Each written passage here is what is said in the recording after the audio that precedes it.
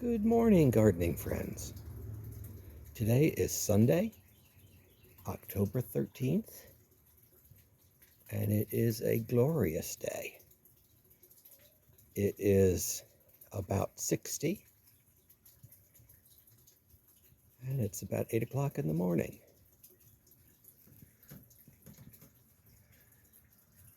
I do want to acknowledge again this last week that we had yet another hurricane, Milton.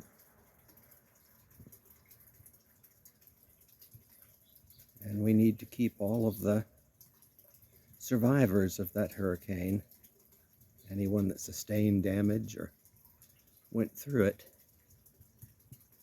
need to keep them in our thoughts and prayers, as well as the victims of Hurricane Helene, who are still in recovery, although you don't hear about it anymore. Here we did not have any rain for a couple of weeks, so I am watering. However, the blessing is now that the weather has turned cool, the ground stays damp a lot longer. I got a couple more pumpkins just to decorate up the backyard. It's amazing how they were sold as pink pumpkins, and they looked very pink in the store, but put them next to red and they still look orange to me. Did a lot of work in the backyard this week. It's by no means finished, but it is coming along nicely. So let's go for a walk. First off, this banana is doing well. Okay, now when you sit in this chair, you're actually under it. I forgot what kind of banana that was. It's a Sumatran, Zebrina Rojo. I rearranged pots a little. My little Nepenthes is doing well there. I have to find a bigger pot for it. I have one pot of aspidistra that I'll bring in for the winter. I had it in last winter and it developed bugs. I forgot what they were called, but in any event, I brought it outside and it cleared up. Here you can see my equisetum is now up to here, so it's grown above the protective sticks.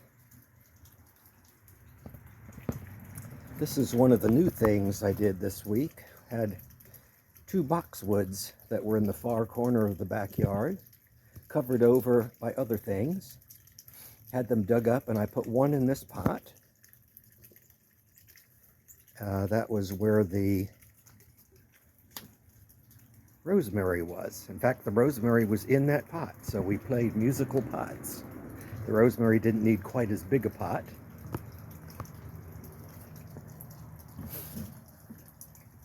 The chrysanthemums haven't quite opened yet.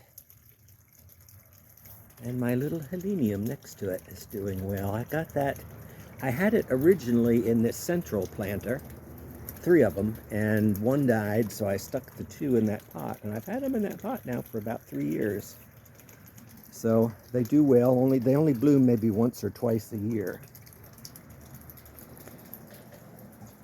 Over here, I cut back my coleus, and they're sending up another batch of shoots. Coleus has got to be the easiest plant to root. This is, I think, the 2nd generation, and I'll show you a 3rd generation a little later, of cuttings. My species amaryllis are greening up nicely. They'll come in the front porch when the first sign of frost appears. And this plant has done really well.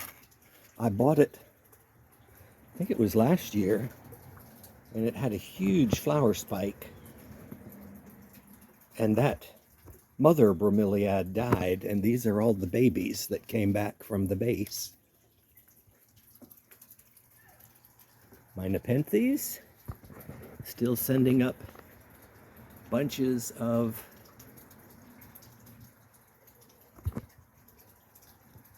pictures. And actually my caladiums still look pretty good in that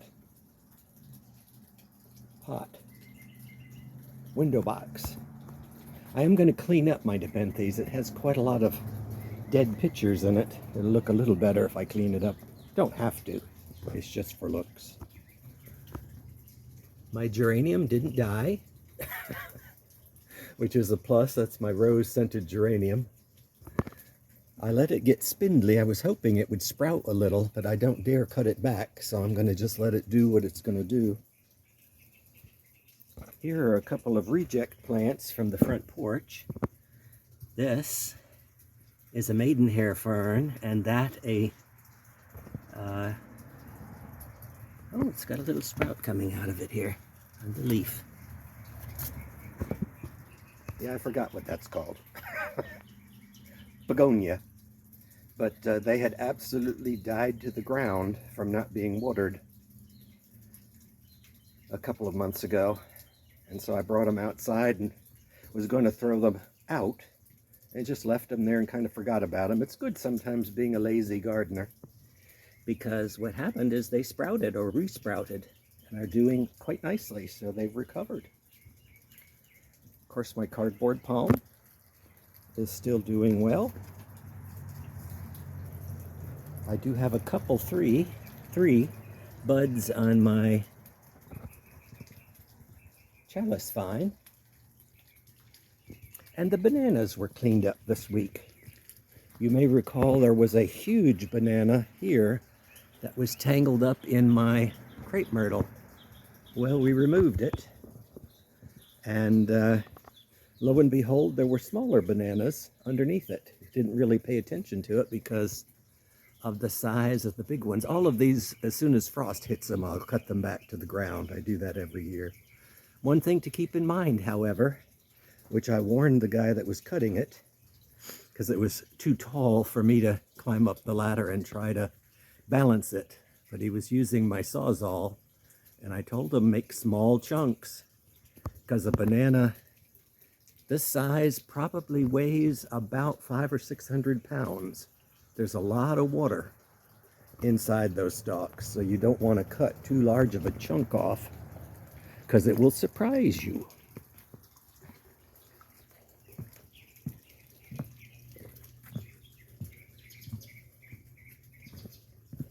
We'll stop over here. Actually, the bougainvillea looks fantastic. Of course, I bought that one. This one over here is the one that was in the backyard. And it's blooming as well, so it did well. Of course, I moved it. And I've got a butterfly ginger blooming. There is a riot of scents in the backyard right now, between the butterfly gingers and the loquats and the alyssum. My alyssum has thickened out slightly. The good news is neither the birds nor the cats bothered it, and I can actually smell it from where I'm standing right now. I'm debating on the Gara. It's been in these pots now for a couple of years, but as you can see here, I had 3 and only 1 clump came back. So I'm kind of debating whether I want to keep the Gara or put something else there. This one had only 2 come back from the little extended drought that we had. My little yellow pansies are doing well. And so far, my topiary rosemary is fine, although it's too early to tell with that. What I did is it's positioned underneath the drain hole from the pansies, so it gets the water after the pansies. One of the other major things we did, there was 1 boxwood at the front porch. Well, this was its mate. I had a pair, and we took out the dead boxwood. I don't know if it had boxwood blight or if the cats just pounded it to death, but we planted this new one here. So we kind of played musical plants a little. Back in here, my toad lilies did not like the drought. However, they are blooming, not spectacularly, but they are blooming back in there. I think I'm going to move them out farther this next year. I have kind of a blank space right there, so I might move them to that space.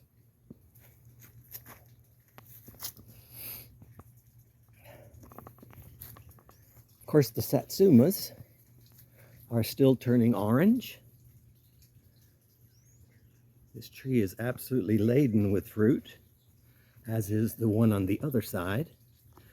I'll pick that one first because you can see how the branches have splayed out. The tree will snap back up again. It's just the weight of the fruit. Back in here, all is well. The Kimberly fern that I dug out from the front yard has thickened up nicely in the pot. Yeah, it looks a lot different now walking up the ramp to my deck with that one banana gone. I may thin some of those bananas out. Haven't figured out where to put them yet.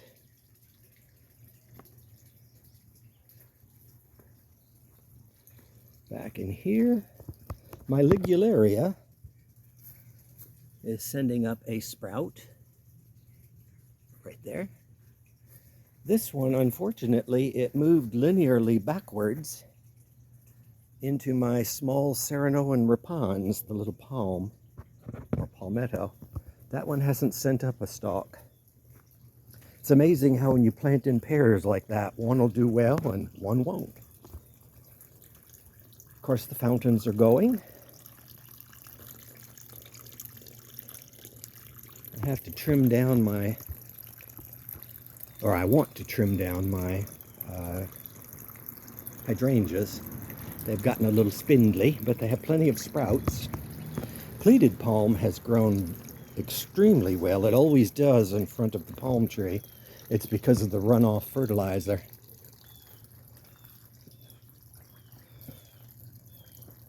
My lady palm is doing well. Here's a shoot of my lady palm. It spread way out from the main bush all the way over to here. It's about, what, a foot away. I made the mistake last year of trying to replant that. And what I found is I probably didn't wait long enough, but there is a long runner from the mother plant to that spot and very little roots on the little pup. I don't know what the technical name for the little palm is, so I'm just going to let it stay there for a couple of years. I'm going to clean up David. Oh, this was the other major thing. I now only have one windmill palm here. I took the other windmill palm out that was next to it.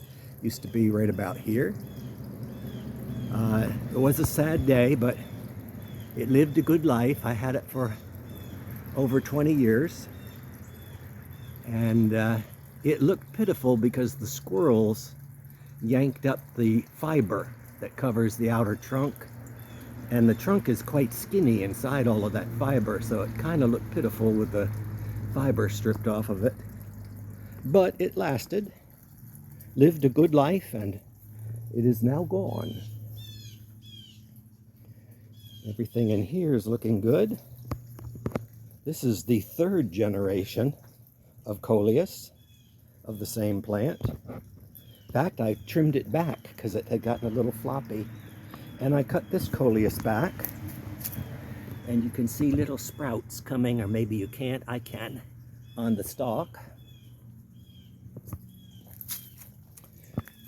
I'm going to freshen up or clean up my Fatsia japonicas. They got a little burned, I don't know from what. back. Oh, how can I show you this? If you see on the ground here, there's a lot of little white florets, which means my Canary Island date palm is in bloom.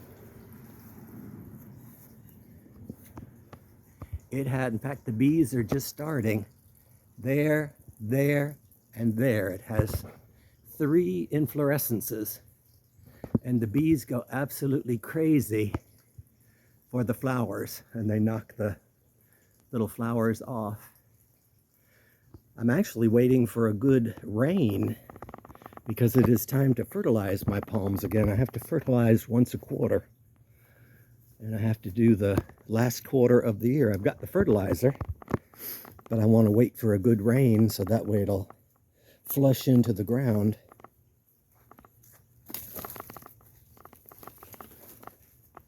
I did plant this pot with some dianthus just to give it a little bit of color here.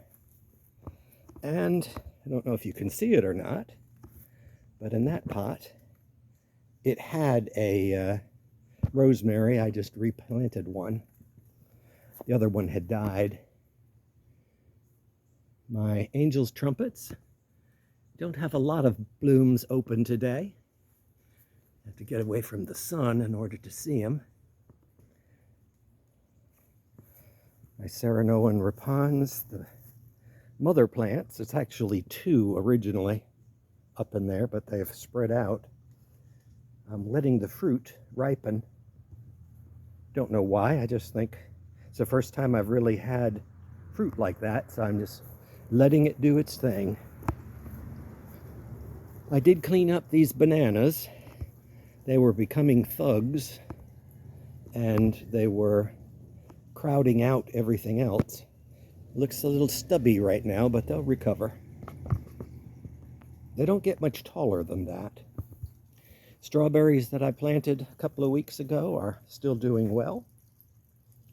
Kumquats are ripening.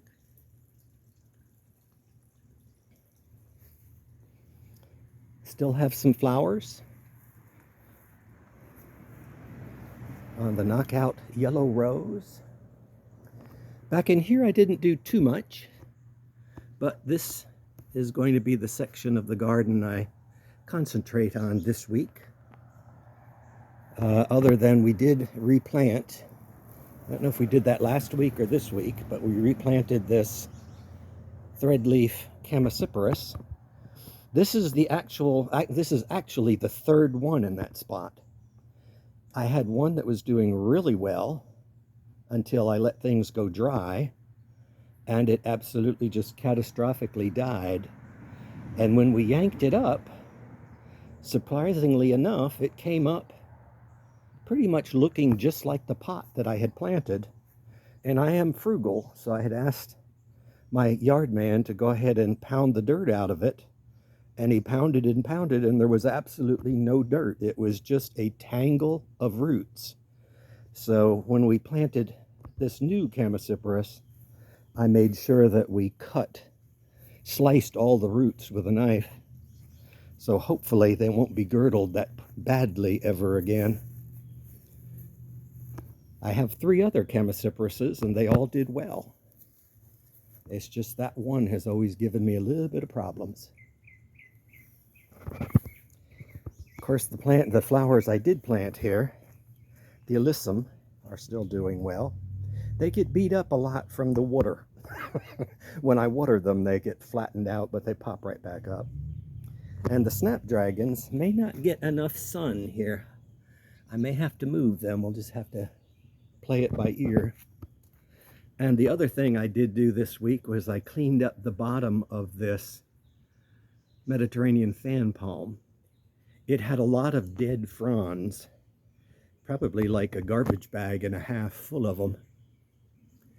So yeah, this week I hope to do this back fence, clean up the stuff that's coming over the top, trim back that snowball viburnum that I've had now for 5 years plus. That's never bloomed for me.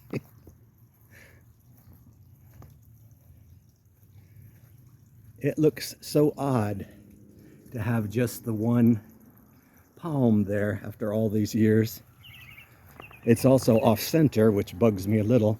What I think I will do is I will look for a small windmill palm, one that doesn't require a lot of digging, and put that in its place.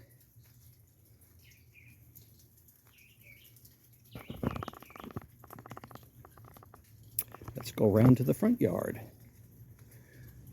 Of course, my camellias are all doing well, full of bud. I can't wait for them to bloom. This one's a Sasanqua. It should bloom soon. This one was about 20 feet tall, and I cut it back about 3 or 4 years ago. I don't know if you can see anymore, but this is the stub. So if you have an old camellia and you want to make your mark upon your garden, you don't necessarily have to yank that camellia out. You can cut it to whatever size you want, and it will sprout back. This is a bust of a hummingbird feeder. The old feeder had hummingbirds fighting over it, and this one is going on 2 weeks and they're not touching the liquid, so they don't like this design. Well, tough. I'm not buying another one.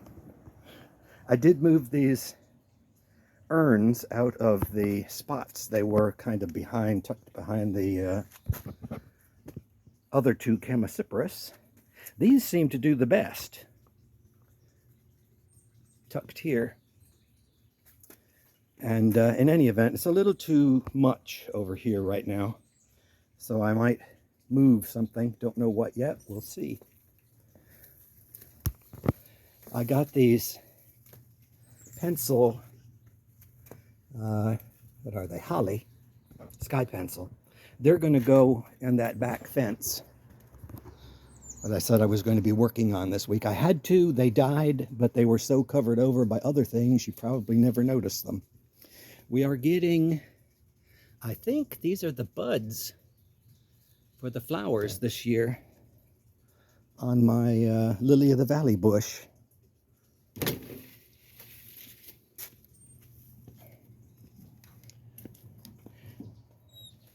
The other news in the front yard was I lost the middle topiary of ivy because it had died. And this is where I decided to try to plant that one of the lone pair of, this is another holly. So we'll see how it does there. I figured it's the same shape as the ivy, so we'll see if it does any better. Here's more of that toad lily. It is an interesting looking flower. I don't know if you can see the top of it.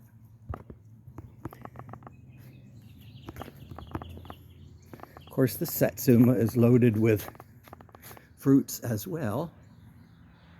And they're all starting to turn yellow, or orange rather.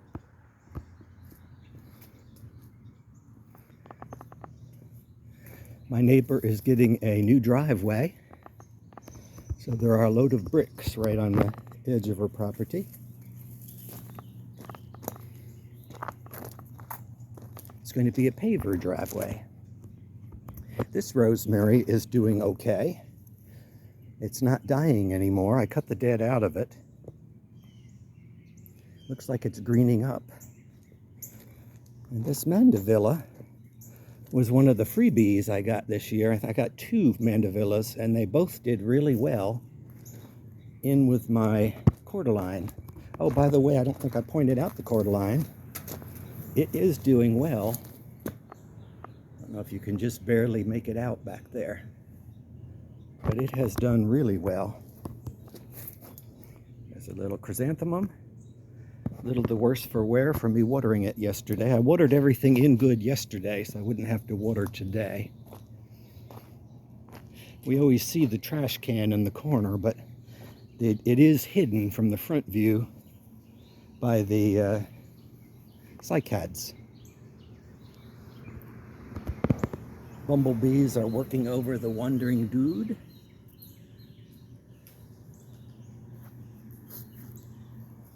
Not much has happened in the potager.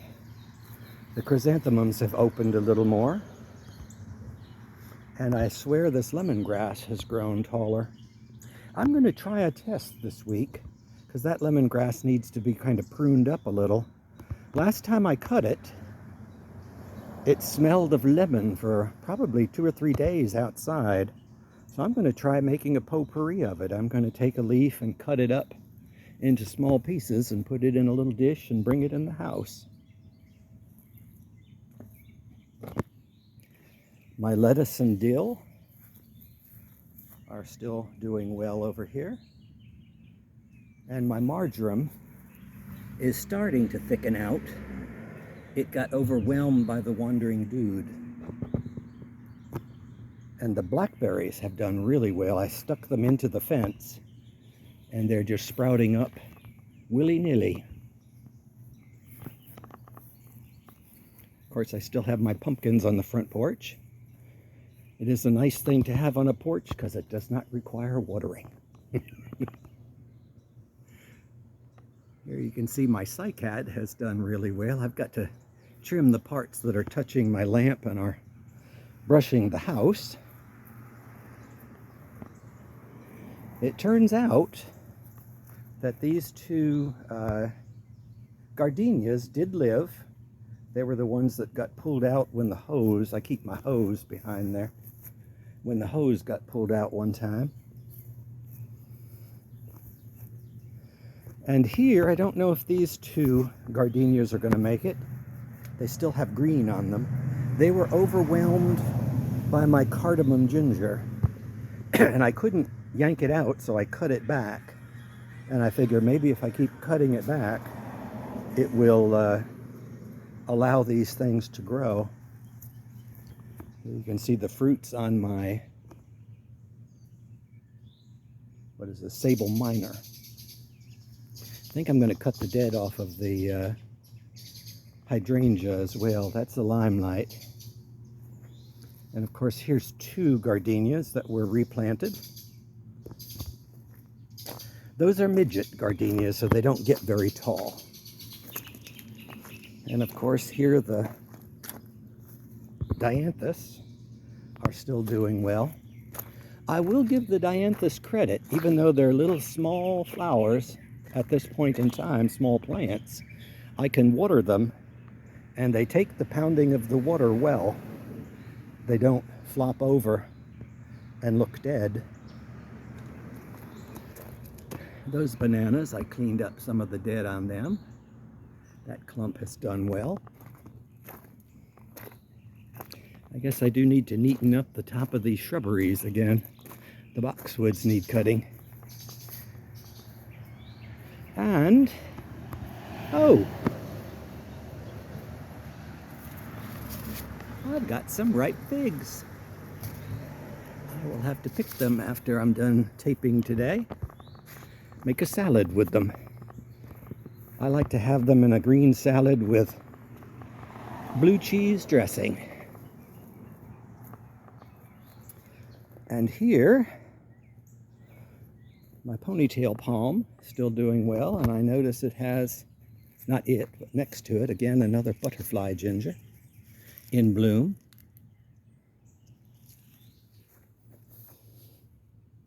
And here it's just a matter of maintaining, keeping everything moist until we start seeing the blooms on the various camellias. They are absolutely loaded with buds. It's my yellow, I think it's Mrs. Butterfield. This one's got lots of buds as well. High fragrance. Lots of buds. Trust me, everything has lots of buds.